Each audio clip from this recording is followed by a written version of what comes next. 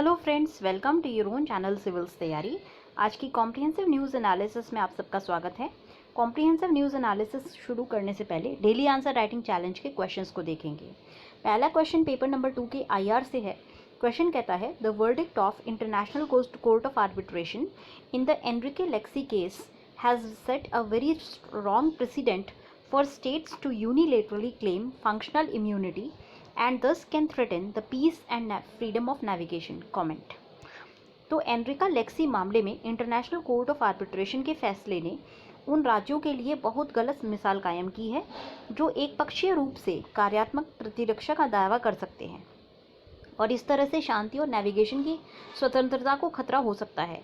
इस पर टिप्पणी करें। काफ़ी इंपॉर्टेंट, काफ़ी अच्छा आर्टिकल आया है द हिंदू में इससे डील करते हुए। सारा इश्यू है और बैकग्राउंड भी मैं आपको बताऊंगी, तो इसको हम देखेंगे आज द हिंदू के एडिटोरियल से। सेकेंड क्वेश्चन हमारा पेपर नंबर 2 से है। क्वेश्चन कहता है, the quasi disenfranchisement of voters has historically been responsible for bad condition of internal migrants. Explain and suggest measures to solve this problem. तो आंतरिक प्रवासियों की बुरी स्थिति के लिए ऐतिहासिक रूप से मतदाताओं की अर्धविरूपता जिम्मेदार रही है। इस समस्या के समाधान के उपाय बताएं। ठीक है, तो ये हमारे आज ये भी हमें आज डिस्कस करना है द हिंदू के एडिटोरियल से। दोनों का आज हम डिस्कशन करेंगे। Guys, I am really sorry कि मैंने आपका 4th और 5th को कोई एडिटोरियल नहीं बनाया था।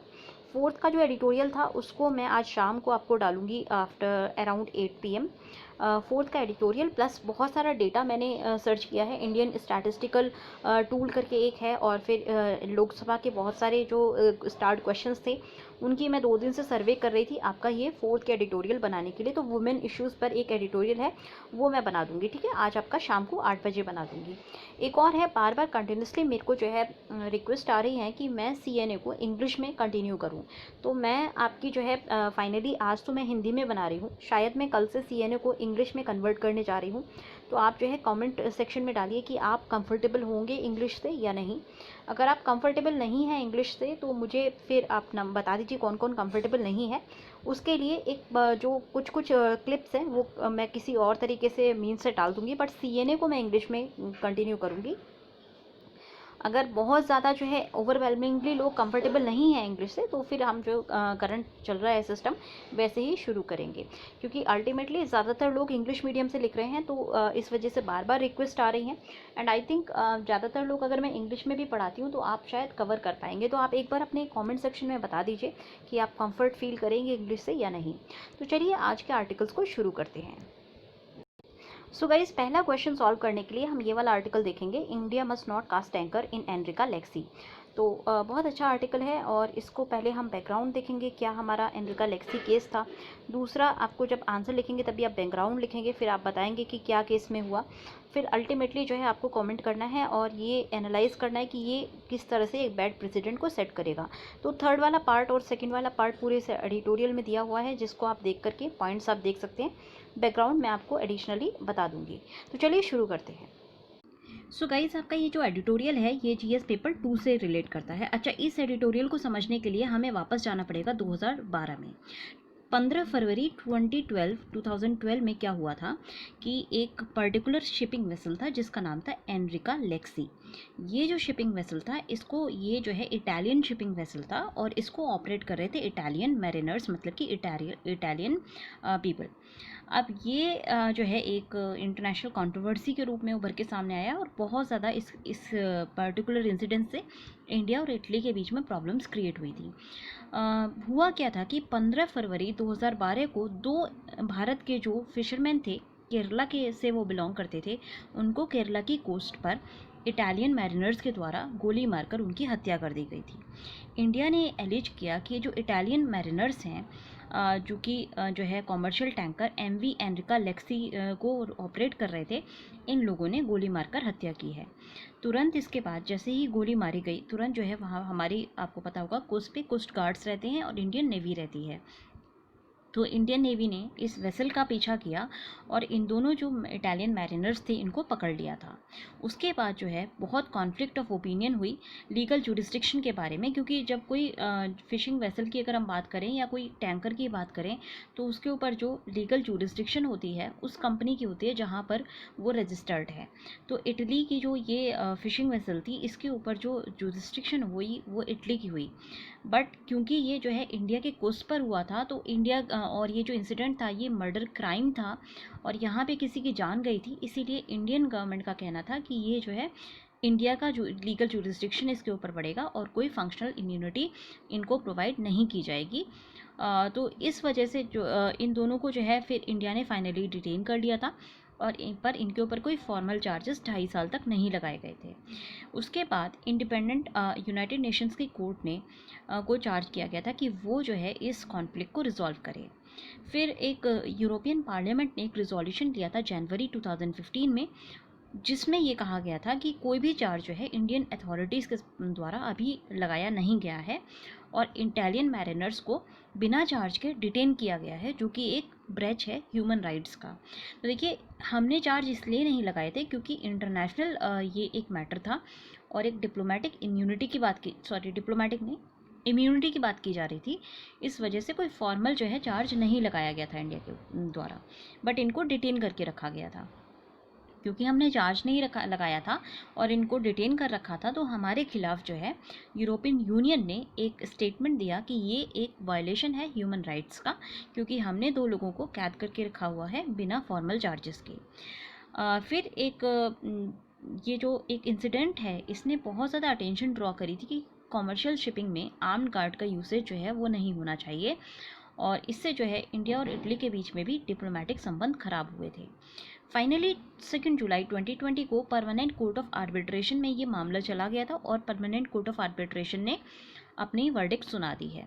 उसने कहा है कि जो फंक्शनल इम्यूनिटी है इन दोनों इटालियन मैरिनर्स को दी जाएगी, मतलब कि फंक्शनल इम्यूनिटी इनको प्रोवाइडेड है और ये एक इटालियन गवर्नमेंट की मिशन पे एंगेज थे, इसीलिए तो इनके ऊपर जो है एक इम्यूनिटी ग्रांट होगी। जो हम इम्यूनिटी देते हैं अपने डिप्लोमेट्स को वही इम्यूनिटी इनको भी प्रोवाइड होगी, क्योंकि ये जो 2 इटालियन मैरिनर्स थे ये इटालियन गवर्नमेंट के एक मिशन पे काम कर रहे थे और जो इन्होंने गोली चलाई थी वो सेल्फ, इनका कहना है, इटालियन मैरिनर्स का कहना है कि उन्होंने अपने आप को प्रोटेक्ट करने के लिए चलाई थी। पर इटली को जो है एक एग्रीमेंट करना होगा इंडिया के साथ, जिससे कि उन 2 लोगों की जिनकी मृत्यु हुई है उसको जो है कॉम्पेंसेट किया जा सके। उसके अलावा जो भी फिजिकल और मॉरल डैमेज सफ़र हुआ है क्रू मेंबर्स को और वेसल को, वो भी जो है इटली को इंडिया के साथ एग्रीमेंट करके उसका भी कंपेंसेशन करना होगा। तो यहाँ पे जो एक आर्बिट्रेशन का प्रोसेस अगर आप देखेंगे तो उनको जो है इटालियन जो मैरिनर्स थे बेसिकली, ऑल्दो उनको जो है एक आप कह सकते हैं कि क्लीन चिट प्रोवाइड कर दी गई है, बट अगेन तो फाइनली अब आज जो केस स्टैंड करता है, इन दोनों को इंडिया से बेशक फंक्शनल इम्यूनिटी मिल गई हो, बट इन दोनों को ट्राई किया जाएगा वहाँ इटली के अंदर for killing of 2 Indian fisherman. तो ट्रायल होगा, इंडिया के अंदर नहीं होगा बट इटली के अंदर होगा। एक जो हमेशा मतलब एक जो पॉइंट उठाया जाता है इंडियन अथॉरिटीज़ के द्वारा और केरला में स्पेसिफिकली, वो ये है कि देखिए इटली में जो है मृत्युदंड की सज़ा नहीं होती है। अगर किसी ने कोई गुनाह किया तो फाइनल उसको जो है सज़ा दी जाएगी, बट मृत्युदंड नहीं दिया जाता है। तो ये पूरा जो है आपका बैकग्राउंड है जिसके कॉन्टेक्स्ट में ये आपका आर्टिकल लिखा गया है। अब देखिए पास्ट में क्या हुआ और प्रेजेंट क्या है और हम आगे कैसे जा सकते हैं, पास्ट प्रेजेंट फ्यूचर। तो ये जो ऑपरेटिव पार्ट है एनेक्चर 7 का आर्बिट्रल के ट्राइबल डिसीजन में का, ये जो है पिछले हफ्ते 2 जुलाई को फाइनल वर्डिक्ट दी गई है। और ये जो वर्डिक्ट है ये काफ़ी आप शेकी कह सकते हैं, सिर्फ 3-2 की बेसिस पे मिली है और बहुत शेकी ग्राउंड्स पर मिली है ये वर्डिक्ट। मतलब ये वर्डिक्ट अगर आप बोलें तो ये वर्डिक्ट बहुत ही क्लोजली कंटेस्टेड वर्डिक्ट है। दूसरी चीज़ जो ग्राउंड यहाँ पे दिया गया फंक्शनल इम्यूनिटी का, वो बहुत सही नहीं है। मतलब काफ़ी उसको दोबारा अगर हम इंटरनेशनल कोर्ट ऑफ जस्टिस में जाते हैं या फिर हम किसी और डिप्लोमेटिक चैनल से जाकर के दोबारा री अपीलिंग करते हैं तो इसको हम जो है कहीं ना कहीं ये जस्टिफाई कर सकते हैं कि ग्राउंड्स इतने स्ट्रॉन्ग नहीं हैं जिस बेसिस पे इटली के फेवर में ये वर्डिक्ट आया है। ट्राइब्यूनल को एस्टैब्लिश किया गया था international tribunal for law of sea, ITLOS के अंडर। और ये जो है आपका ITLOS का जो फंक्शनिंग है ये UNCLOS के अंदर आती है, मतलब United Nations convention on law of sea. और इन्होंने ये होल्ड किया कि मतलब वर्डिक्ट ने ये होल्ड किया कि जो मैं आपको पहले ही बता चुकी हूँ कि इनको इम्यूनिटी ग्रांटेड है क्योंकि ये इटली की तरफ से एक मिशन में इंगेज थे। एनीवेज, इंडिया ने ये अपोज किया है इटली की रिक्वेस्ट को कि आर्बिट्रल ट्राइब्यूनल की जो रिक्वेस्ट थी उसको इंडिया ने अपोज किया था, मतलब कि इंडिया बहुत ज़्यादा विलिंग नहीं था ट्राइब्यूनल के लिए। बट ITLOS ने इटली के फेवर में रूल कर दिया है, ऑलरेडी रूलिंग आ चुकी है। अब ITLOS ने दोनों कंट्रीज़ को कहा है कि वो सारी जो कोर्ट प्रोसीडिंग्स चल रही थी उनको जो है सस्पेंड कर दे। उसके साथ साथ ITLOS ने इंडिया को ये भी कहा है कि आगे चल के, या मतलब इंडिया और इटली दोनों को ही कहा है कि अब कोई नई जो ट्रायल है या कोई नई प्रोसीडिंग इस मैटर पे नहीं लेकर के आनी चाहिए जिससे कि डिस्प्यूट और ज़्यादा बढ़े। और उसके साथ साथ यहाँ पे ट्राइब्यूनल ने ये भी कहा है कि ट्राइब्यूनल के इम्प्लीमेंट जो भी डिसीजन दिया है उसके इम्प्लीमेंटेशन को रोकने के लिए दोबारा कोई और लीगल या जुडिशियल प्रोसीडिंग ना की जाए दोनों कंट्रीज़ के द्वारा। तो इसका मतलब ये हुआ कि जुडिशियल प्रोसीडिंग जो हमारे इंडिया के अंदर इटालियन मैरिनर्स के ऊपर चल रही थी वो सस्पेंड हो गई। 2016 में सुप्रीम कोर्ट ऑफ इंडिया ने जिरोनी जो कि बेल पे थे उनको जो है इटली रिटर्न करने के लिए अलाउ कर दिया था, और क्योंकि तब तक ट्राइब्यूनल का डिसीजन नहीं आया था। लाटोर ऑलरेडी वहाँ थे क्योंकि उनका जो है मेडिकल रीजंस की वजह से ऑलरेडी वहाँ थे। तो फिलहाल जो एज ऑफ टुडे, आज जो 6 जुलाई है, आज के दिन पे ना तो दोनों इटालियन मैरिनर्स इंडिया के अंदर हैं, ना ही उनको क्योंकि उनकी अब वर्डिक्ट आ चुकी है, ना ही उनको अब इंडिया के अंदर ट्राई किया जा सकता है। इटली कंटिन्यू करेगा केस को क्योंकि इटली ने ऑलरेडी एक केस रजिस्टर कर रखा है, और ये काफ़ी अनलाइकली है कि इटालियन कोर्ट लैटोर या जिरोने को जो है कन्विक्ट करेंगी, क्योंकि इनको जो है ऑलरेडी इनके फेवर में जब इटालियन गवर्नमेंट ने इतना ज़्यादा लिया है तो ये एक नेशनल प्रेस्टीज का इशू बन गया है।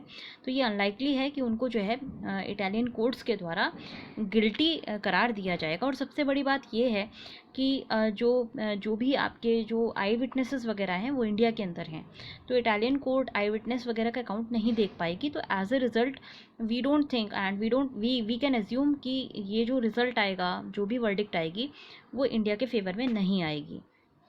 उसके साथ साथ अभी जो है सिर्फ ट्राइब्यूनल का अवार्ड अवेलेबल है, डिटेल्ड अवार्ड को स्क्रूटनाइज किया जा रहा है इंडिया और इटली के द्वारा, जिससे कि जो भी पोर्शन वो कंट्री फील करती है कि या तो कॉन्फिडेंशियल है या फिर कोई ऐसा पोर्शन है कि जो कि पब्लिक में आना चाहिए, वो अभी डिस्क्लोज नहीं हुआ है। मतलब पूरी वर्डिक्ट अभी कंट्रीज़ के द्वारा डिस्क्लोज नहीं की गई है, सिर्फ जो डिसीजन है फाइनल वो डिस्क्लोज किया गया है। अभी दोनों कंट्रीज़ इस वर्डिक्ट की डिटेल पढ़ेंगी, उसके बाद जो है ये पब्लिक डोमेन में आएगा। ट्राइब्यूनल की हियरिंग में जो है ओपनिंग स्टेटमेंट दोनों कंट्री के एजेंट्स के द्वारा दिया गया था और वो कॉन्फिडेंशियली दिया गया था। अब क्या स्टेटमेंट दिया गया है वो पब्लिक डोमेन में अगेन अवेलेबल नहीं है। अब देखिए ये जो लीगल पॉइंट्स हैं कि किस तरह से जुरिस्डिक्शन, अब क्योंकि उनका जुरिस्डिक्शन जो है, तो देखिए उनका जो जुरिस्डिक्शन है वो इटली को दिया गया है। तो लीगल पॉइंट्स कि किस बेसिस पे जुरिस्डिक्शन दिया गया और किस बेसिस पे इम्यूनिटी इशू की गई है, ये जो है अब अवेलेबल किया जाना चाहिए जल्दी से जल्दी, जिससे कि एक पूरा असेसमेंट किया जा सके कि क्या रीजनिंग अडॉप्ट की गई थी मेजॉरिटी के द्वारा इस डिसीजन तक अराइव करने के लिए। मिनिस्ट्री ऑफ एक्सटर्नल अफेयर्स का जो स्टेटमेंट आया था इंडिया के लिए लेकर के, उसने नोट किया है कि ट्राइब्यूनल ने ये ऑब्जर्व किया कि इंडिया और इटली दोनों का कंकरेंट जुरिस्डिक्शन था उस इंसिडेंट के ऊपर और एक वैलिड लीगल बेसिस था क्रिमिनल प्रोसीडिंग्स उन मैरिनर्स के ऊपर खिलाफ लगाने के लिए। इसका मतलब ये हुआ क्योंकि देखिए वो इंडिया की कंटेजियस जोन में जो है थे, इसलिए इंडिया का एक लीगल जुरिस्डिक्शन था उनके ऊपर, और क्योंकि वो इटालियन वेसल पर थे इसलिए इटली का भी लीगल जुरिस्डिक्शन था उस वक्त। तो जो कोर्ट है उसने ये एक्सेप्ट किया है कि जब ये इंसिडेंस हुआ था उस वक्त दोनों कंट्रीज़ का साइमल्टेनियसली जो है लीगल जुरिस्डिक्शन चल रहा था इन मैरिनर्स के ऊपर। उसके अलावा एक वैलिड लीगल बेसिस था इंडिया के पास क्रिमिनल प्रोसीडिंग्स को चालू करने के लिए इन मैरिनर्स के अगेंस्ट। प्राइमा फेसी जो ट्राइब्यूनल है उसको ये जो है अलाउ इंडिया को के अंदर ये केस अलाउ करने देना चाहिए था, क्योंकि विक्टिम्स जो है इंडियन थे और एनरिका लेक्सी जो है वॉलंटरीली क्लियरली इंडिया में आया था और इन्वेस्टिगेशन के बाद जो है एक केस लॉन्च किया गया था लेटोर और जिरोनी के खिलाफ। ये नोटवर्दी है कि ट्राइब्यूनल ने इटली का ये चार्ज एक्सेप्ट नहीं किया कि जो इटालियन ऑयल टैंकर है वो सिर्फ एक क्या कहते हैं क्रू, मतलब ये जो इंसिडेंट है ये झूठा है या फिर फंसाया जा रहा है, ऐसा इटली ने चार्ज लगाया था। तो ये चार्ज जो है एक्सेप्ट नहीं हुआ है। क्लियरली ट्राइब्यूनल की जो मेजॉरिटी है उसने एक तरीका ढूंढने की कोशिश की है जिससे कि इटली को एग्री किया जा सके और इम्यूनिटी जो है अगेन इटालियन जो जजेस थे या इटालियन जो भी इनकी तरफ से डिमार्च किया था वो थोड़ा सक्सेसफुल रहा है ये ट्राइब्यूनल को ये पुष्टि दिलाने में या फिर ये भरोसा दिलाने में कि उन दोनों के ऊपर एक फंक्शनल इम्यूनिटी स्टैंड करती थी। उसके अलावा एक और चीज़ जो इटली के द्वारा कही गई है वो ये है कि ये दोनों स्टेट ऑफिशियल्स थे। अब देखिए, जब कोई स्टेट ऑफिशियल होता है मतलब कि गवर्नमेंट सर्वेंट होता है और वो गवर्नमेंट ड्यूटी पर होता है और वो किसी और कंट्री के पास गुजर रहा है, उस वक्त उसके ऊपर जो है स्टेट इम्यूनिटी अप्लाई होती है। तो क्योंकि ये स्टेट ऑफिशियल्स थे इसीलिए इटली के जो है ये कन्विंस करने में सफल रहा कि इनके ऊपर जो है स्टेट इम्यूनिटी अप्लाई होती है। बट एक चीज़ जो इटली जो है प्रूव नहीं कर पाया वो ये था कि इनके ऊपर जो चार्ज है वो फेक है या इंडिया ने ये जो चार्ज है वो फैब्रिकेट किए हैं। तो एक्चुअली इंसिडेंट हुआ था, एक्चुअली इनकी गलती थी, बट इनको सिर्फ इसलिए छोड़ा गया है और प्रोसीडिंग्स इसलिए बंद की गई हैं क्योंकि आर्बिट्रेशन का ये ट्राइब्यूनल का ये मानना है कि इनके ऊपर जो है एक इम्यूनिटी थी जो कि जिनेवा कन्वेंशन से प्रोवाइड की जाती है। तो सिर्फ यहाँ पे जो केस आया वो इम्यूनिटी वाला केस है। बट ये जो टोटल इंसिडेंट रहा ये काफ़ी एक डेंजरस प्रेसिडेंट है। इंडिया जो का कहना है कि UNCLS मतलब कि United Nations convention on law of sea इस मतलब इससे कंसर्न नहीं है कि इम्यूनिटी जो इशू मतलब जो भी इम्यूनिटी वाले केसेस हैं वहाँ पे बहुत ज़्यादा जो है UNCLOS में इस चीज़ का कोई कुछ दिया हुआ नहीं है। इम्यूनिटी जो स्टेट ऑफिशियल्स को ग्रांट की जाती है वो बहुत स्पेसिफिक मल्टीलेटरल और बायलेटरल ट्रीटीज़ और एग्रीमेंट के थ्रू ग्रांट की जाती है और UNCLOS में जो है एक ब्लैंकेट इम्यूनिटी नहीं ग्रांट की जाती। तो इंडिया का ये स्टैंड है कि UNCLOS में जो एक इम्यूनिटी है वो वो जो है डायरेक्ट ग्रांट करना ये जस्टिफाइड नहीं है और ये एक गलत प्रेसिडेंट को सेट करेगा क्योंकि ज़्यादातर जो इम्यूनिटीज़ हैं वो स्टेट ऑफिशियल्स को स्पेसिफिक मल्टीलेटरल या बाइलेटरल ट्रीटी या एग्रीमेंट के थ्रू ग्रांट की जाती हैं। उसके अलावा ये जो स्टेट इम्यूनिटी का जो प्रोसेस है इसको जूरिसडिक्शन के इश्यूज़ को सेटल करने के बीच में नहीं लाना चाहिए। तो ये हमारी जो है ऑफिशियल पोजीशन थी, तो ये आपको जो है याद रखनी है कि हमारी ऑफिशियल पोजीशन क्या है। आज भी हमारी ऑफिशियल पोजीशन यही है और ये अगर आप देखेंगे तो मॉरल जो है ये करेक्ट पोजीशन है, मॉरली ये जस्टिफाइड पोजीशन है। ये जो है एक्चुअली एक्सेप्ट की जानी चाहिए थी। एक्चुअली जो है इंडिया का काफ़ी स्ट्रॉन्ग केस था और इंडिया को जीतना चाहिए था। बट प्रॉब्लम क्या है कि वेस्टर्न कंट्रीज़ के सामने आपको पता है आप कितना भी डिनाई कर लें बट अगेन एक जो डोमिनेशन है वेस्ट का उसको ब्रेक फ्री करना काफ़ी मुश्किल हो जाता है। तो इटालियन मैरिनर्स सबसे पहली चीज़ तो यहाँ पे जो एक वर्डिक्ट आया उसमें 2 फ्लॉज हैं। पहला फ्लॉ ये है कि UNCLOS में आपने जो है डायरेक्टली इम्यूनिटी दे दी। कल को मान लीजिए चाइना का कोई वेसल इंडिया की विसिनिटी में आकर के इंडिस्क्रिमिनेट किलिंग करने लगे और चाइना जो है इनोसेंस क्लेम कर दे कि हमें तो डिप्लोमेटिक इम्यूनिटी है, तो फिर इस तरह से जो है युद्ध वगैरह आसानी से छिड़ सकते हैं। ये एक काफ़ी गलत प्रेसिडेंट है। इससे जो है एक गलत मैसेज जाता है और कोई भी कंट्री इस लॉ को, इस जजमेंट को यूज़ करके आगे किसी भी कंट्री की जो सीमाएं हैं उनका उल्लंघन कर सकती है और इनडिस्क्रिमिनेट किलिंग कर सकती है किसी भी स्टेट ऑफिशियल को यूज़ करके। स्पेसिफिकली जो रूज कंट्रीज़ होती हैं लाइक चाइना और नॉर्थ कोरिया वो इस तरह के काम कर सकती हैं। तो अगेन ये जो एक प्रेसिडेंट था काफ़ी डेंजरस है, गलत प्रेसिडेंट है। और ये जो है दूसरा जो चीज़ यहाँ पे एक फ्लॉ रहा इस जजमेंट में वो ये था कि जो इशू था जुरिस्डिक्शन का उसमें जो है चीज़, क्योंकि यहाँ पे जो प्रॉब्लम चल रही थी, जो भी लीगल केस था आर्बिट्रेशन कोर्ट को ये देखना था कि जुरिस्डिक्शन इंडिया का पड़ेगा या फिर इटली का पड़ेगा। लीगल जुरिस्डिक्शन का जो केस था उसको सॉल्व करने के लिए उन्होंने स्टेट इम्यूनिटी को बीच में लाए हैं। तो अगेन ये जो है आपका सेकंड गलत फ्लॉड रीजनिंग रही जो कि इस आर्बिट्रेशन कोर्ट ने दी है।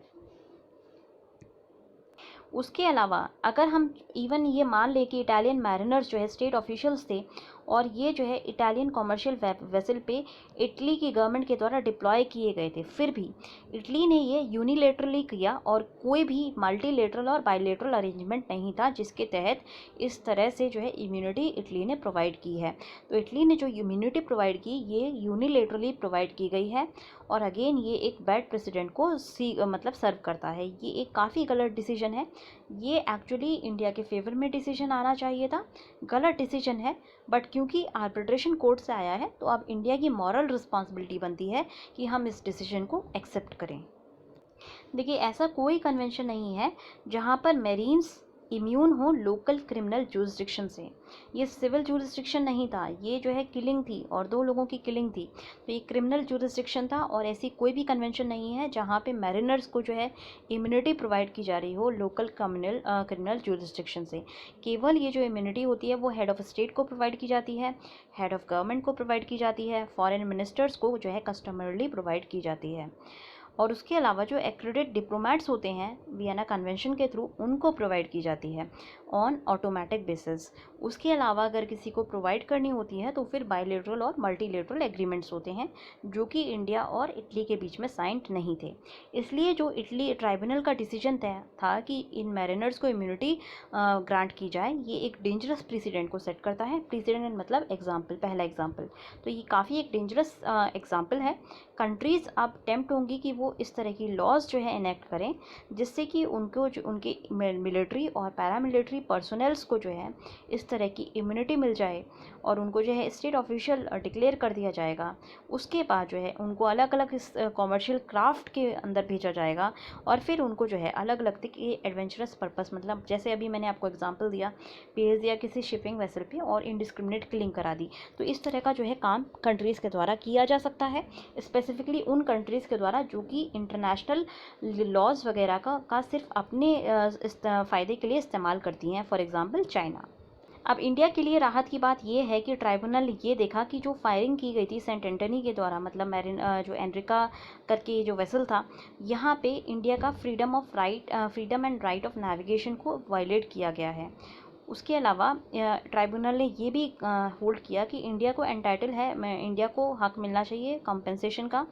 जो भी लॉस ऑफ लाइफ हुई है, फिजिकल हार्म हुई है, डैमेज हुई है प्रॉपर्टी को, जो भी और कोई हार्म हुई है, लीगल इमोशनल किसी भी तरह का हार्म हुआ है, तो उसका कॉम्पेंसेशन प्रोवाइड किया जाना चाहिए इटली के द्वारा। अब ये गवर्नमेंट के ऊपर है कि वो इंश्योर करे कि इटली पूरी तरह से पे करे लॉस ऑफ लाइफ और सफरिंग के लिए। उसके अलावा कोई भी लैप्स अगर इस बेसिस पे होता है, मतलब इटली ने एक्सेप्ट कर लिया और हमें कंपेंसेशन नहीं दिया, तो इसकी कोई एक्सक्यूज़ नहीं दी जानी चाहिए। अच्छे जो रिलेशन हैं इटली के और यूरोपियन यूनियन के, इस वजह से कहीं ना कहीं ये जो नेगोशिएशंस हैं इनके ऊपर जो है आंच नहीं आने चाहिए। गवर्नमेंट को ये भी इंश्योर करना चाहिए कि जो भी कोर्ट प्रोसीडिंग चलें इटली में इन मैरिनर्स के खिलाफ, उसके ऊपर भी हमें एक क्लोज जो है वॉच रखना है कि उनको क्या पर्टिकुलर सेंटेंस ग्रांट किया गया। इसके लिए गवर्नमेंट को क्या करना होगा, गवर्नमेंट को जो है अपनी रोम की जो एम्बेसी है उसमें ये इंस्ट्रक्शन देना होगा कि एक डिप्लोमेट हमेशा जो है कोर्ट प्रोसीडिंग के वक्त वहाँ बैठ करके उन प्रोसीडिंग्स को नोट करे, जिससे कि इंडिया को पता चल सके कि इटली ने क्या जो है उनके ऊपर लीगल एक्शन लिया। इवन कोर्ट ऑफ आर्बिट्रेशन ने उनको गिल्टी जो है माना है। ऐसे में अगर कोर्ट जो है उनको बिना किसी वर्ड, मतलब उनको जो है एब्जॉल्व कर देती है उनके क्राइम से, तो अगेन इंडिया इस मुद्दे को इंटरनेशनली उठा सकती है। इसको करने के लिए इंडिया का एक जो डिप्लोमेट है वो कंपल्सरीली जब कोर्ट प्रोसीडिंग्स के वक्त वहाँ प्रेजेंट रहना चाहिए। उसके अलावा इंडिया को ये एक्सेप्ट नहीं, इटली की जो भी प्लीज़ हैं कि ये पॉसिबल नहीं है कि जो भी इंफॉर्मेशन है उसको प्रेजेंट ना किया जाए कोर्ट के सामने, इसको जो है नहीं सुनना चाहिए। अगर इटालियंस इतने एक्सट्रीम तक गए हैं अपने मैरिनर्स को सपोर्ट करने के लिए, तो इंडिया को भी कोई लैक्सिटी नहीं दिखानी चाहिए, जिससे कि हमारे जो फिशरमैन मारे गए इस किलिंग में हमने जो है लाइफ लूज़ की है, तो हम एक जो है विक्टिम पार्टी हैं। तो अगर इटली जो है अपने क्रिमिनल्स को इतना ज़्यादा सपोर्ट कर रही है, तो हम एज ए विक्टिम हमें भी अपने जो जिनकी लाइफ लॉस हुई है उनकी फैमिलीज़ को सपोर्ट करने के लिए इंटरनेशनल प्रेशर, उसके अलावा जो भी हम कर सकते हैं अब इस आर्बिट्रेशन के बाद, तो वो हमें करना चाहिए। स्पेसिफिकली हमें इटली के ऊपर प्रेशर मेंटेन करना चाहिए और इटली को कहीं से भी ये नहीं लगना चाहिए कि इंडिया भूल गया है या इंडिया ने इस चीज़ को जो है माफ़ कर दिया है। तो ये इंडिया को जो है प्रेशर कंटिन्यूअली मेंटेन करना होगा। एग्जीक्यूटिव और जुडिशरी क्या कर सकती है? एग्जीक्यूटिव और जुडिशियल ब्रांचेस जो इंडिया की हैं उनको इंट्रोस्पेक्ट करना चाहिए कि किस तरह से उन्होंने ये पूरा मैटर पॉलिटिकली, डिप्लोमेटिकली और लीगली हैंडल किया। बहुत सारे क्वेश्चंस यहाँ पे अराइज होते हैं। पहला क्वेश्चन जो अराइज होता है वो ये है कि क्या ये सही था कि हमने नेशनल इन्वेस्टिगेशन एजेंसी को ये केस हैंडल करने के लिए दिया। एक और जो प्रॉब्लम थी वो था कि टेररिज्म के चार्जेस जो है इनके ऊपर डाले गए थे, तो क्या इनको जो है हटा देना चाहिए था? फिर मतलब पहले लगाए गए फिर बाद में हटा दिए गए, तो ये एक जो है लैप्स है इंडियन अथॉरिटीज़ की तरफ से। क्या इस तरह से इंटरनेशनल इशू को डील करना चाहिए था? फिर सुप्रीम कोर्ट को ये डिसाइड करना कि ये इम्यूनिटी एब इनिशियो नहीं है और उनको जो है ओपन कर देना, मतलब कि इस सुप्रीम कोर्ट को शुरू में ये डिसाइड कर देना चाहिए था कि इम्यूनिटी इनको है ही नहीं। एब इनिशियो जो है इम्यूनिटी वहीं से ख़त्म कर देनी चाहिए थी, जिससे कि इम्यूनिटी वाला जो लैब्स है वो इटली ना यूज़ कर पाए। उसके अलावा एक जो इटली ने डिलिबरेट डिलेस किए हैं इस ट्रायल प्रोसेस को कमेंस होने में, यहाँ पे भी जो है हमें क्वेश्चनिंग करनी चाहिए थी। तो ये काफ़ी इम्पॉर्टेंट है कि हम जो है क्योंकि डिले करके क्या किया इटली ने, एक सिंपैथी बिल्ड कर ली मैरिनर्स के लिए यूरोपियन यूनियन में। तो as a good international citizen India ने एक्सेप्ट किया है ये ट्राइब्यूनल, इंडिया को करना भी चाहिए। बट अगेन इंडिया को ये भी इंश्योर करना चाहिए कि इटली अब इस ट्राइब्यूनल को पूरी तरह से ऑनर करे। ये मैटर अभी ओपन है, ये मैटर ख़त्म नहीं हुआ है। सो गाइज हमारा जो क्वेश्चन नंबर 2 है वो यहाँ से हम सॉल्व करेंगे, री इनफ्रेंचाइज द फॉरगटन वोटर। तो इस आर्टिकल में कहना है काफ़ी अच्छा इसमें आर्ग्यूमेंट दिया गया है कि जो एक माइग्रेंट लेबर्स होते हैं, क्योंकि उनका जो वोटर आईडी कार्ड है वो एक दूसरे स्टेट का है, इसलिए अल्टीमेटली जो है वो वोटिंग नहीं कर पाते हैं, और क्योंकि उनके पास वोट नहीं होते तो उनकी आवाज़ भी सही से नहीं सुनी जाती है। तो अब इसको जो है हम देखेंगे कि क्या इसमें दिया हुआ है और अपने आंसर को हम कैसे यहाँ से फ्रेम कर सकते हैं। कोविड-19 के पैंडमिक के रिस्पांस में इलेक्शन कमीशन ऑफ इंडिया ने ये पॉसिबल कर दिया है कि कोई भी सीनियर सिटीज़न जो भी 65 से ऊपर का है वो पोस्टल बैलेट के थ्रू वोट दे सकता है, क्योंकि इनको जो है ज़्यादा एक्सपोजर का ज़्यादा रिस्क होता है। उसके अलावा जो मॉर्टेलिटी रेट है कोमॉर्बिडिटी होने की वजह से वो ज़्यादा होता है अबव 65 ईयर्स। इसीलिए अब एक और जो ऑप्शन यहाँ पे अवेलेबल था, ये जो ऑप्शन था अभी तक ये सिर्फ डिसेबल्ड सिटीजन्स के लिए अवेलेबल था और उनके लिए अवेलेबल था जो 80 साल से ऊपर के हैं। पोस्टल बैलेट जो है रिस्क ऑफ इन्फेक्शन को मिनिमाइज़ तो नहीं करते, बट अगेन यहाँ से जो है एक और चीज़ जो हम कर सकते थे वो ये था कि हम एक सेपरेट पोलिंग बूथ जो है सीनियर सिटीजन्स के लिए बना सकते थे। तो एक जो कोहर्ट ओवरलुक किया गया है वो है माइग्रेंट का। अब देखिए अच्छे जो इनिशिएटिव्स होते हैं वोटिंग के लिए, उसमें जो ऑब्स्टिकल्स है वोटर के लिए वो हटाने की कोशिश की जाती है, और उनका जो फ्रेंचाइजी है, मतलब कि जो उनका राइट है, राइट टू वोट है, उसको इन्फोर्स करने की कोशिश की जाती है। और इस तरह की चीज़ें काफ़ी वेलकम है, क्योंकि हमारी डेमोक्रेसी में सबको राइट टू वोट है और सबको ये राइट मिलना चाहिए। तो अगेन ये पॉलिटिकल इक्वालिटी को इन्फोर्स करने के लिए ये कोशिश की जाती है कि कोई भी अगर प्रॉब्लम आ रही है वोटर को तो वो हटाई जाए। इसीलिए एक जो एम्पावरिंग अप्रोच है वो जो है आपकी एक पर्टिकुलर ग्रुप जो सबसे ज़्यादा हर्ट रहता है उस ग्रुप को भी प्रोवाइड की जानी चाहिए, और वो ग्रुप है माइग्रेंट वर्कर्स का। नोवल कोरोना वायरस ने एक जो नोवल कोरोना वायरस की वजह से जो नेशनल लॉकडाउन हुआ था, उसने कहीं ना कहीं पहली बार इंडिया के अंदर एक पूरा जो मोमेंटम बनाया है वो माइग्रेंट क्राइसिस के तरफ हमारा जो आँख खोलने की कोशिश की है। पहली बार हमें रियलाइज़ हुआ कि माइग्रेंट वर्कर्स बहुत ज़्यादा हैं इंडिया के अंदर, और उनकी जो यूनिक चैलेंजेस हैं वो हम जो है अपनी आंखों से देख पाए। ये जो पूरा क्राइसिस अनफोल्ड हो रहा था वहाँ से हमें पहली चीज़ जो पता चली कि क्या मैग्नीट्यूड है इंटरनल माइग्रेशन का, क्योंकि लाखों की संख्या में लोग पैदल चल रहे थे, और धीरे धीरे जब उनसे बातचीत हुई, न्यूज़ रिपोर्ट्स आई, बहुत सारी रिपोर्ट्स आई सामने आई, तब ये रियलाइज़ हुआ कि इंटरनल माइग्रेशन काफ़ी ज़्यादा है इंडिया के अंदर। उसके अलावा एक और चीज़ जो हम समझ पाए हैं वो ये है कि इंटरनल माइग्रेंट वर्कर्स को काफ़ी दिक्कतों का सामना करना पड़ता है अपने जहाँ पे भी वो प्लेस ऑफ वर्क, जिस भी प्लेस ऑफ वर्क पे काम कर रहे हैं वहाँ पर उन्हें बहुत सारी दिक्कतों का सामना करना पड़ता है। और एक जो रीज़न यहाँ पे सामने आया वो कहीं ना कहीं ये था कि इंडिग्निटी को इनको इसलिए फेस करना पड़ता है क्योंकि इनको जो है पॉलिटिकली पावरलेस देखा जाता है। क्योंकि ये वोट बैंक नहीं होते तो इनको जो है लुभाने की कोई भी स्टेट कोशिश नहीं करता है। इनको एज अ बर्डन देखा जाता है उस स्टेट के द्वारा जहाँ पे ये काम करते हैं, और इनको जो है इनके राइट्स नहीं दिए जाते। हर जगह इनका कंटिन्यूअल एक्सप्लॉयटेशन किया जाता है। माइग्रेंट वर्क, इंटरनल माइग्रेशन की अगर आप बात करें तो इंटरनल माइग्रेंट का जो एक अगर आप मैग्नीट्यूड देखें तो 13.9 करोड़ बताया गया है इकोनॉमिक सर्वे 2017 के द्वारा। ऑलमोस्ट ये हमारा 13.9 करोड़ की अगर आप बात करेंगे तो 1/3 जो हमारा लेबर मार्केट है वो इंटरनल माइग्रेंट से बनी हुई है। ये इंडिया के में इधर उधर ट्रैवल करते हैं इकोनॉमिक लाइवलीहुड्स को ढूंढने के लिए, कंस्ट्रक्शन सेक्टर में इन्वॉल्व हैं, डोमेस्टिक वर्क में इन्वॉल्व होते हैं, जो भट्टे होते हैं ईंट के वहाँ पे इन्वॉल्व होते हैं, माइंस में ये इन्वॉल्व होते हैं, ट्रांसपोर्टेशन में, सिक्योरिटी में, एग्रीकल्चर में, और इन सारी चीज़ों में इनका इन्वॉल्वमेंट रहता है। बहुत लोगों ने जो है ये कोशिश की कि वहाँ जहाँ पे भी ये काम कर रहे हैं वहाँ पे सेटल डाउन हो जाएं, और कुछ लोग जो है अल्टीमेटली इनका साइक्लिक नेचर का वर्क होता है तो कुछ लोग नेटिव अपने विलेज लौट जाते हैं जैसे ही इनका वर्क सीज़न ख़त्म होता है।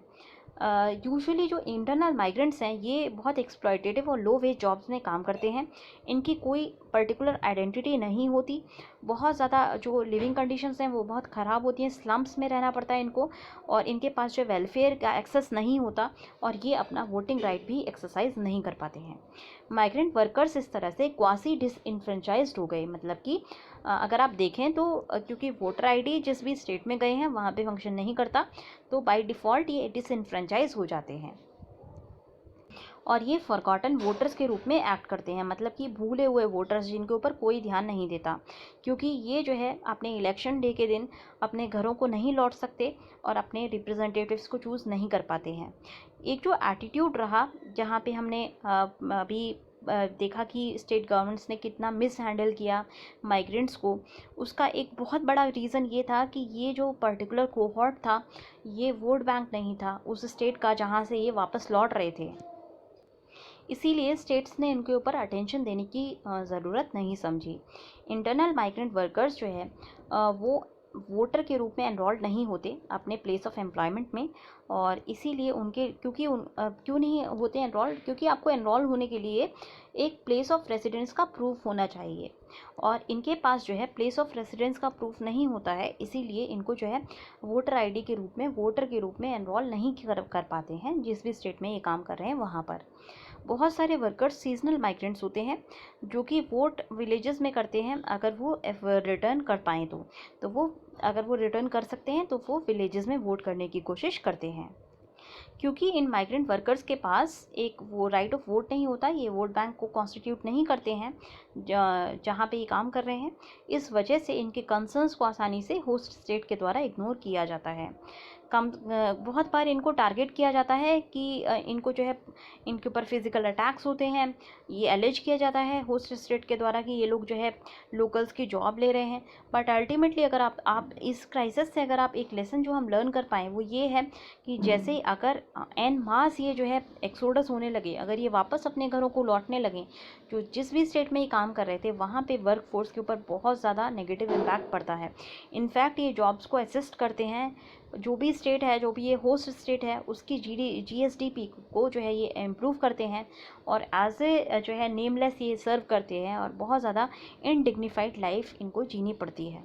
अब ECI को क्या करना चाहिए?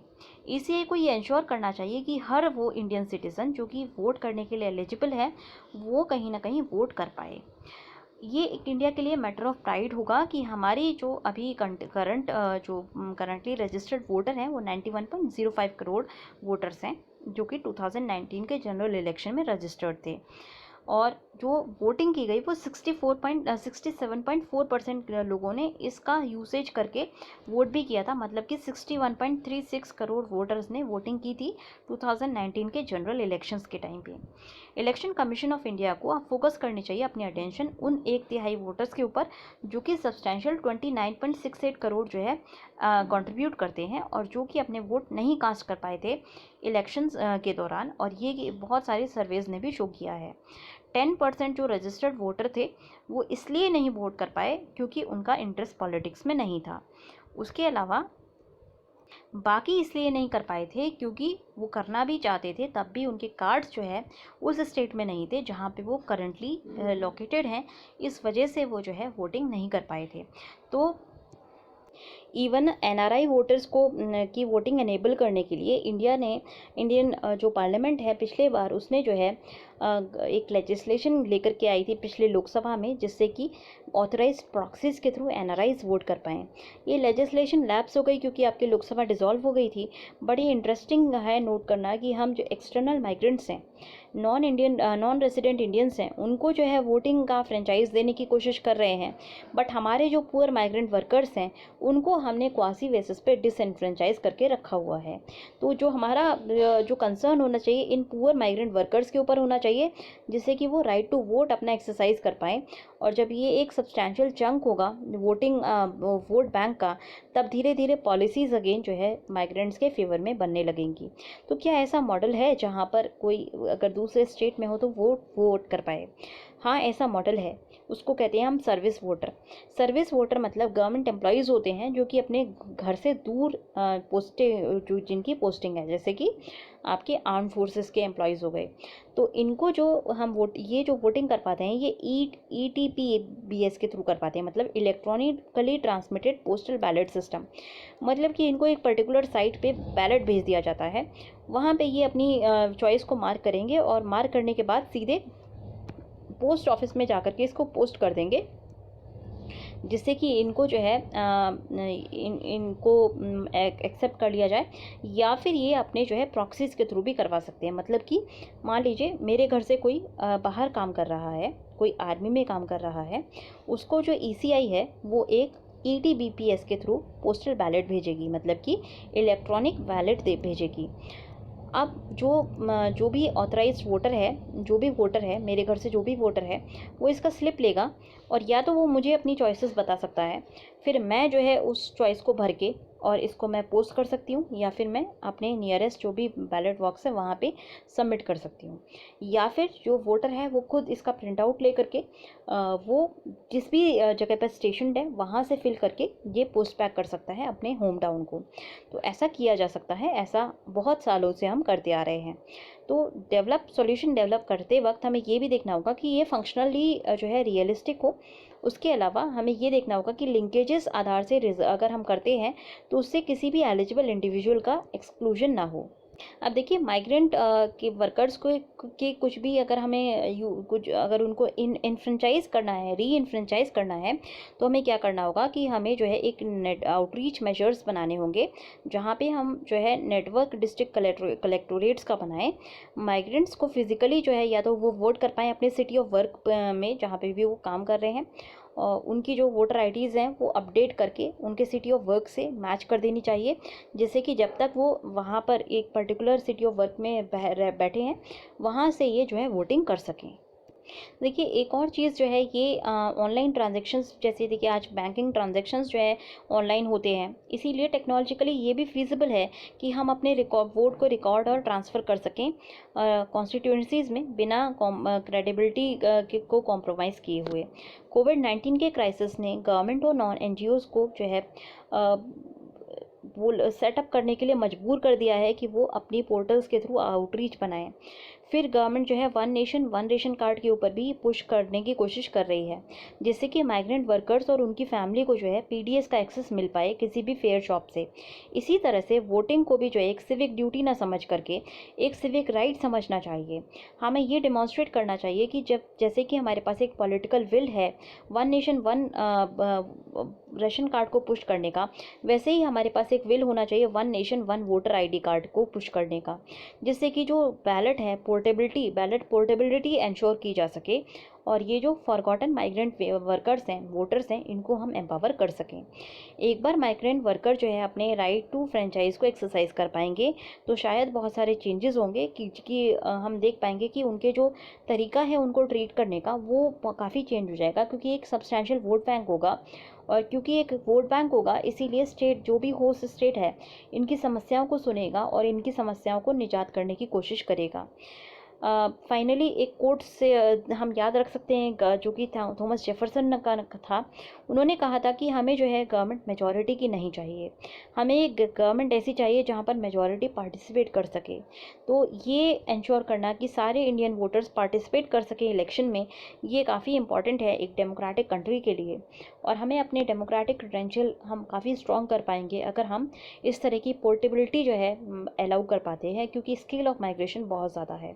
तो स्केल ऑफ माइग्रेशन को ध्यान में रखते हुए अगर हम किसी भी तरह से इन वोटर्स को एक वोटिंग राइट दे पाएँ तो शायद ये एक बहुत जो है प्रोग्रेसिव स्टेप होगा इंडियन पॉलिटी में, और बहुत हेल्प होगी हमारी जो है लेबर मार्केट को चेंज करने में। नेक्स्ट आर्टिकल हमें देखना है 3 मैसेजेस। तो लेह में हमारे प्राइम मिनिस्टर मोदी जो है सैनिकों से मिले थे और वहाँ पे उन्होंने सैनिकों को एड्रेस करते हुए स्पीचेस दी थी। मोदी जी ने जो है उन सैनिकों को भी विज़िट किया था जो कि गलवान के क्लैश में जो है इंजर हो गए थे, और ट्रूप्स को एड्रेस करते हुए उन्होंने जो है कुछ इम्पॉर्टेंट चीज़ें कही थी अपनी स्पीच में। तो उनकी स्पीच जो है नीमू में दी गई थी, और जो वो स्पीच दे रहे थे तो उन्होंने जो है 3 अलग अलग तरह की ऑडियंस को एड्रेस किया था। पहली जो ऑडियंस उन्होंने एड्रेस की थी वो थी आपकी चाइनीज़ ऑडियंस, चाइनीज़ लीडरशिप। और चाइनीज़ लीडरशिप को एड्रेस करते हुए उन्होंने डायरेक्टली उनका नाम नहीं लिया, चाइनीज़ का नाम नहीं लिया था, बट एड्रेस करते हुए ये कहा था कि एज ऑफ एक्सपेंशनिज्म ख़त्म हो चुका है। मतलब कि आप जो एक्सपैंड करने की कोशिश कर रहे थे वो अब ख़त्म हो चुका है। अब एरा जो है इवोल्यूशन का है या डेवलपमेंट का है, विकासवाद की अब ये नई परिकल्पना करनी होगी। मोदी जी ने ये भी कहा कि जो कॉलोनियल एक्सपेंशन है, मतलब विस्तारवाद है, ये ख़त्म हो चुका है। जो एज थी विस्तारवाद की वो ख़त्म हो चुकी है। उन्होंने कहा कि पास्ट में एक्सपेंशनिस्ट फोर्सेस थी जिन्होंने जो है काफ़ी हार्म किया है ह्यूमैनिटी को, और जब भी उन्होंने इस तरह की कोशिश की तो उनको जो है इरेज कर दिया गया या फिर उनको जो है झुकने के लिए मजबूर कर दिया गया। तो यहाँ पे जो है एक पैरेलल ड्रॉ करने की कोशिश की गई वर्ल्ड वॉर 1 से पहले वाले जर्मनी में और चाइना के, आज प्रेजेंट डे चाइना के बीच में। अगर आप वर्ल्ड वॉर 1 से जस्ट पहले के जर्मनी को देखेंगे तो जर्मनी जो है काफ़ी फास्टेस्ट ग्रोइंग स्टेट कंट्री थी उस वक्त, और इसी तरह से जर्मनी ने भी जो है लैंड बॉर्डर डिस्प्यूट्स अपनी बहुत सारी कंट्रीज़ के साथ बना के रखी हुई थी। जर्मनी एक्सपेंशनिज्म के ऊपर आतुर थी और बहुत सारी कंट्रीज़ को इसने जो है अटैक करने की कोशिश की। फाइनली क्या हुआ, जिन जिन कंट्रीज़ को ये अटैक कर रही थी, फाइनली ये सब यूनाइट होकर के जर्मनी के खिलाफ इन्होंने जो है मुद्दा खड़ा कर दिया था। अल्टीमेटली जर्मनी को हार का सामना करना पड़ा वर्ल्ड वॉर 1 के टाइम। तो ये जो मैसेज था बीजिंग को, यही था, कहीं ना कहीं वार्न करने की कोशिश की गई है कि आपकी जो एक्सपेंशनिज्म है, पहले भी ये कोई हिस्टोरिकली नया चीज़ नहीं है, पहले भी इस तरह के एक्सपेंशनिज्म किया गया है कंट्रीज़ के द्वारा, और जब भी किसी कंट्री ने एक हद पार करने की कोशिश करी तो वो कंट्री या तो पूरी तरह से ख़त्म हो गई या फिर उस कंट्री को जो है बुरी तरह से मात दी गई इंटरनेशनल कम्युनिटी के द्वारा, और उसको जो है झुकने के ऊपर मजबूर किया गया। तो बीजिंग को जो मैसेज दिया गया था वो था कि आपको जो है टेरिटोरियल एग्रेशन के में एंगेज नहीं करना चाहिए अपनी बाउंड्रीज से। और जो भी, क्योंकि अगर आप देखें, मज़े की बात यह है कि चाइना जो है केवल 7 कंट्रीज़ के साथ लैंड बाउंड्री शेयर करती है, 13 कंट्रीज़ के साथ शेयर करती है टोटल बाउंड्रीज, ठीक है, टोटल बाउंड्रीज बता रही हूँ मैं। 13 कंट्रीज़ के साथ चाइना जो है टोटल बाउंड्रीज शेयर करती है, 21 कंट्रीज़ के साथ इसकी टेरिटोरियल डिस्प्यूट है। अभी कल के, आज अगर आप फ्रंट पेज में देखेंगे तो आप पढ़ेंगे कि भूटान की टेरिटरी के ऊपर भी चाइना ने क्लेम किया है। 4-5 दिन, एक हफ्ते पहले था एक क्लेम कि रशिया के एक पर्टिकुलर विलेज के ऊपर जो है इसने, चाइना ने अपना टेरिटोरियल क्लेम स्थापित किया है। साउथ चाइना सी में जो क्लेम्स हैं वो किसी से छिपे हुए नहीं हैं। तो रशिया, जो चाइना की एक एग्रेसिव एक्सपेंशनिज्म वाली जो टेंडेंसी है, जहाँ पे ये टेरिटरीज़ को क्लेम करती रहती है साउथ चाइना सी में, ईस्ट चाइना सी में भी आपको इंक्लूड करना चाहिए, क्योंकि जापान का जो सिनकाकू आइलैंड है वो ईस्ट चाइना सी के अंदर सिचुएटेड है। अगेन ईस्ट चाइना सी में, साउथ चाइना सी में, फिर इंडिया के पूरा जो लैंड बॉर्डर है वहाँ पर ईस्टर्न सेक्टर में इसने भूटान के ऊपर क्लेम करना शुरू किया। नेपाल की टेरिटरीज, नेपाल का जो एक रुई गांव है, अल्टीमेटली इसके ऊपर कब्जा कर लिया है। इंडिया का जो वेस्टर्न सेक्टर है वहाँ पे ये टेरिटोरियल क्लेम्स अप्लाई करने की कोशिश कर रही है। रशिया के ऊपर जो है टेरिटोरियल क्लेम्स इसने इशू किए हैं। तिब्बत को जो है इलीगली ऑक्यूपाई किया हुआ है। फिर जिंगजियांग प्रोविंस जो है चाइना ने ऑक्यूपाई कर रखी है। हांगकांग के ऊपर जो है सेफ्टी लॉज लेकर के आया है। तो चाइना का ये जो एक रवैया है जहाँ पे ये कंटिन्यूअली एग्रेशन करने की कोशिश कर रहा है, कंटिन्यूअली एक्सपेंशन करने की कोशिश कर रहा है, ये इम्पीरियलिस्टिक टेंडेंसीज हैं। और ये जो है इवन जो पीआरसी की जो लीडरशिप थी जिसने इम्पीरियलिज्म के खिलाफ आवाज़ उठाई थी उसके अगेंस्ट जाता है। चाइना का जो ये जैसे इन्होंने जो है यहाँ पे चाइना को नेम नहीं किया गया था मोदी जी के द्वारा, मोदी जी ने बिल्कुल भी चाइना को नेम नहीं किया, पर मैसेज जो है पहुँच गया था चाइना के द्वारा, क्योंकि चाइनीज़ एम्बेसी ने तुरंत ही एक स्टेटमेंट जारी किया था जहाँ पे उन्होंने ये क्लैरिफाई किया कि चाइना ने किसी भी कंट्री के ऊपर एक्सपेंशन करने की कोशिश नहीं की है और उसके एक्सपेंशनिस्ट मूव नहीं है। तो हमने जो है किसी को नेम नहीं किया, बट मैसेज चाइना तक पहुंच गया था। फिर उसके अलावा जो मैसेज दिया गया, जो भी स्पीच दी गई थी, उसमें जो दूसरा मैसेज था बाकी इंटरनेशनल कम्युनिटीज़ को दिया गया था। बाकी इंटरनेशनल कंट्रीज़ को मैसेजिंग करते हुए प्राइम मिनिस्टर मोदी ने कहा कि जो 2 महीने का स्टैंड ऑफ है ये काफ़ी कंसर्न है, काफ़ी सीरियस स्टैंड ऑफ है, और इंडिया की जो ट्रेडिशन है वो पीस और ब्रेवरी की ट्रेडिशन है, जिसमें सीधे सीधे मैसेजिंग ये थी कि हमारी जो डिप्लोमेटिक ऑप्शन है वह हम पहले पीस करने की कोशिश करेंगे, बट अगर पीस जो है एस्टैब्लिश नहीं होती है तो हम शस्त्र उठाने से बाज नहीं आएंगे। जहाँ पे कृष्ण जी का एक पैरेलल ड्रॉ किया गया था और मोदी जी ने कहा था कि भगवान कृष्ण को हम मुरलीधर के रूप में पूजते हैं, बांसुरी वाले कृष्ण की पूजा करते हैं, बट सुदर्शन चक्र वाला कृष्ण के पास एक सुदर्शन चक्र भी है। तो अगेन यहाँ से जो मैसेजिंग देने की कोशिश की गई है वो ये है कि इंडिया जो है पूरी कोशिश करेगा पीस को इंश्योर करने की। वो जो है डिप्लोमेटिक और ट्रेडिशन जो है इंडिया की, जहाँ पे हम डिप्लोमेटिक ऑप्शंस को ढूंढने की कोशिश करते हैं, हम करेंगे, बट अगेन चाइना अगर एक लिमिट क्रॉस करता है तो, और चाइना जो है अटैक करता है तो इंडिया काउंटर अटैक भी करेगी। इंडिया को डिफेंड करना आता है ब्रेवली।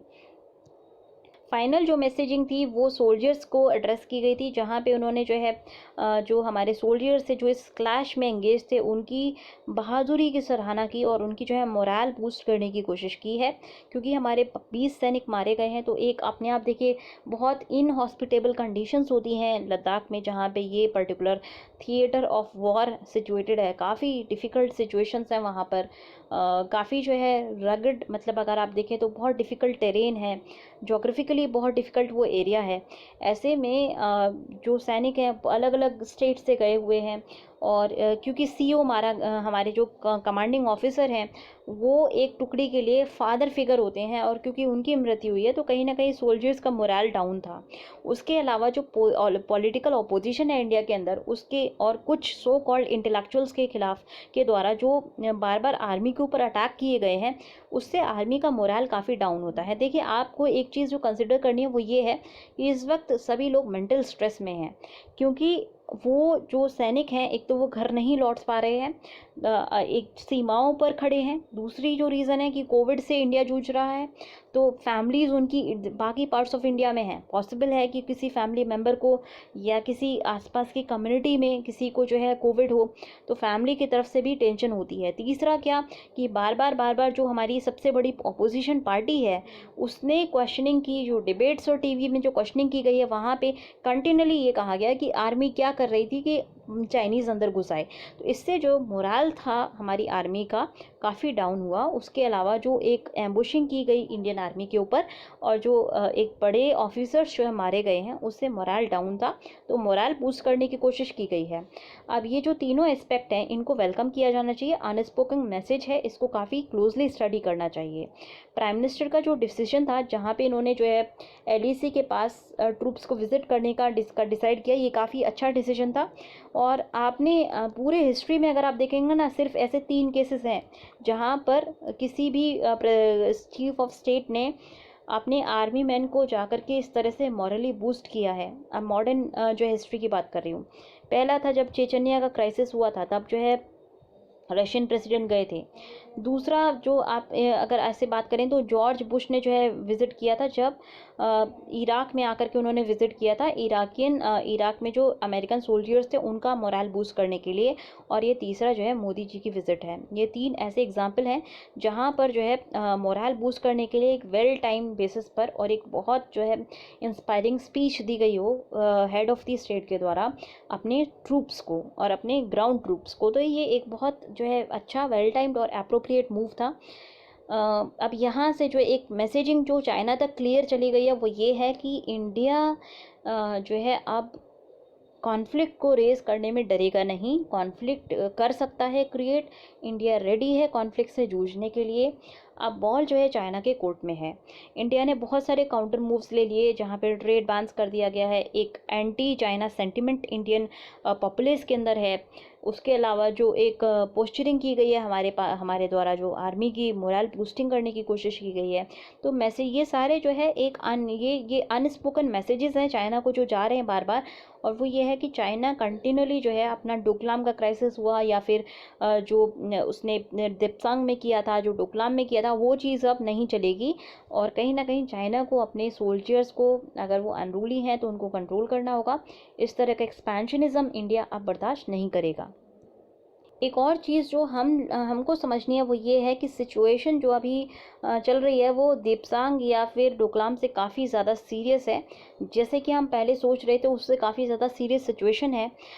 जो पांगोंग सो में स्पेसिफिकली जो इन्होंने अपना टेंट वेंट गड़ा लिए हैं, वहाँ से एक जो साइंस ऑन ग्राउंड वो क्लियर हैं कि चाइना जो है वैकेट करने के लिए, स्टेटस को एंटे पे वापस जाने के लिए तैयार नहीं है। और इसी वजह से जो प्रेशर है डिप्लोमेटिकली, ट्रेड के बेसिस पर और डिफेंस के बेसिस पर इंडिया के द्वारा जो है प्रेशर बनाने की कोशिश की जा रही है, जिससे कि China again Pangong so area को निबल करने की कोशिश ना करे। तो कंडीशन सीरियस हैं। अब प्राइम मिनिस्टर को एक और जो चीज़ करनी है वो ये है कि अब जनता को करेक्टली अप्राइज करना होगा कि सिचुएशन एक्चुअली है क्या और हम किस तरह से तैयार रहें आने वाले दिनों के लिए। क्योंकि एक चीज़ तो क्लियर है कि सिचुएशन जो है पहले वाली नहीं रही है। सिचुएशंस अगर आप बहुत सारे एनालिस्ट को देखेंगे तो हमारी इंडिया और चाइना की जो भी अभी तक पिछले 10 साल में जो भी हमने डिप्लोमेटिक गेन किए थे वो सारे जो है पिछले 2 महीनों में जो है लूज़ कर दिए गए हैं। तो ऐसे में इंडिया को कैसे प्रिपेयर रहना चाहिए ये चीज़ एक बताने की ज़रूरत है। नेक्स्ट आर्टिकल है श्योरली इवन इफ स्लोली। तो देखिए काफ़ी एक अर्जेंट नीड है वैक्सीन बनाने की, बट ये काफ़ी मतलब इसमें जल्दीबाजी नहीं करनी चाहिए। आईसीएमआर का एक लेटर काफ़ी जो वायरल हो रहा है, आपने देखा होगा, डॉक्टर बलराम भार्गव ने दिया था डॉक्टर्स को पिछले हफ्ते, जहाँ पे उनको कहा गया था कि वो वैक्सीन का जो ह्यूमन ट्रायल है उसको प्रिपेयर करने की कोशिश करें। और ऐसा उस जो लेटर था उसकी शब्दों से कहीं ना कहीं ऐसा लग रहा था कि कहीं ये जो है धमकी देने की कोशिश की जा रही है और रूल बुक जो है वैक्सीन डेवलपमेंट का उसमें डेविएशन करने की कोशिश की जा रही है, क्योंकि अगस्त 15 जो है ये डेट दी गई है। तो अब देखिए साइंटिफिक रिगर को आप कॉम्प्रोमाइज़ नहीं कर सकते। जब भी कोई वैक्सीन बनती है तो पूरा जो साइंटिफिक प्रोसेस है वो फॉलो करना काफ़ी ज़रूरी होता है।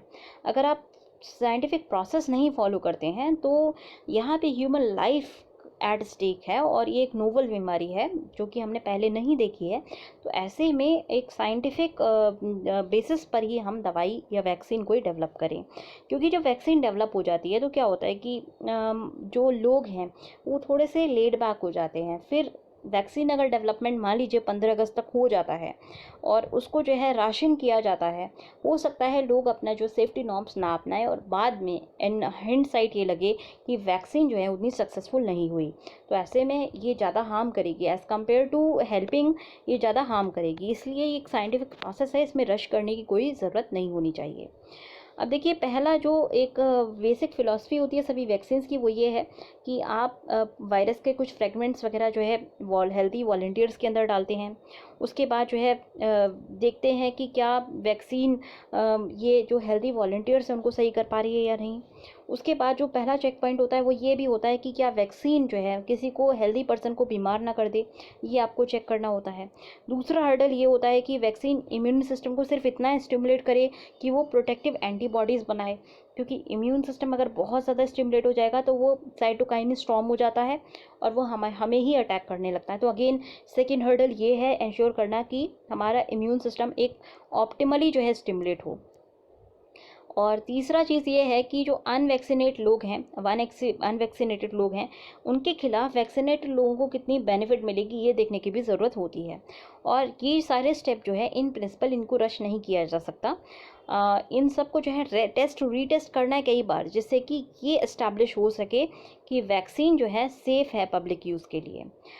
अब कोवैक्सीन जो डेवलप की गई है भारत बायोटेक के द्वारा, ये इसमें जो है स्ट्रेन लिया गया है SARS-CoV-2 वायरस का, जो कि NIV के द्वारा आइसोलेट किया गया था। बहुत सारी पोटेंशियल वैक्सीन है, उनमें से कोवैक्सीन एक पोटेंशियल वैक्सीन है और शायद जो है ये अगले साल तक रेडी नहीं हो पाएगी फॉर पब्लिक कंजम्पशन। इसीलिए ये कॉम्प्लेक्सिंग है कि ICMR जो है क्यों इसको हरी करना चाहता है। साइंस का जो है प्रोग्रेस हरी में नहीं होती, जल्दीबाजी में नहीं होती है। पैंडेमिक ने कहीं ना कहीं ये क्लियर कर दिया है कि अनसर्टेनिटी का रोल काफ़ी ज़्यादा होता है और जो भी नई एस्पेक्ट हैं डिजीज़ की वो डेली जो है सामने निकल के आ रही हैं। जैसे कि ये पता चल रहा है कि लोगों को सेंस ऑफ स्मेल लूज़ हो जाता है और फिर ये पता चल रहा है कि ये साइटोकाइन स्टॉर्म आ जाता है, अलग अलग स्ट्रेन सामने निकल के आ रहे हैं। तो एवरी डे हम इस वायरस के बारे में कुछ नया सीख रहे हैं। ऐसे में सबसे अच्छी स्ट्रैटेजी ये होगी कि हम एब्सोल्यूट ट्रांसपेरेंसी रखें और धीरे धीरे प्रोसीड करें, श्योरली प्रोसीड करें और जल्दीबाजी ना करें, जिससे कि हार्म ना हो किसी को भी, कोई भी स्टेक होल्डर इस वैक्सीन डेवलपमेंट प्रोसेस में हार्म ना हो। तो आज के डिस्कशन में इतना ही। अगर आपको पसंद आया हो तो लाइक करना ना भूलें। Thanks lot and have a good day.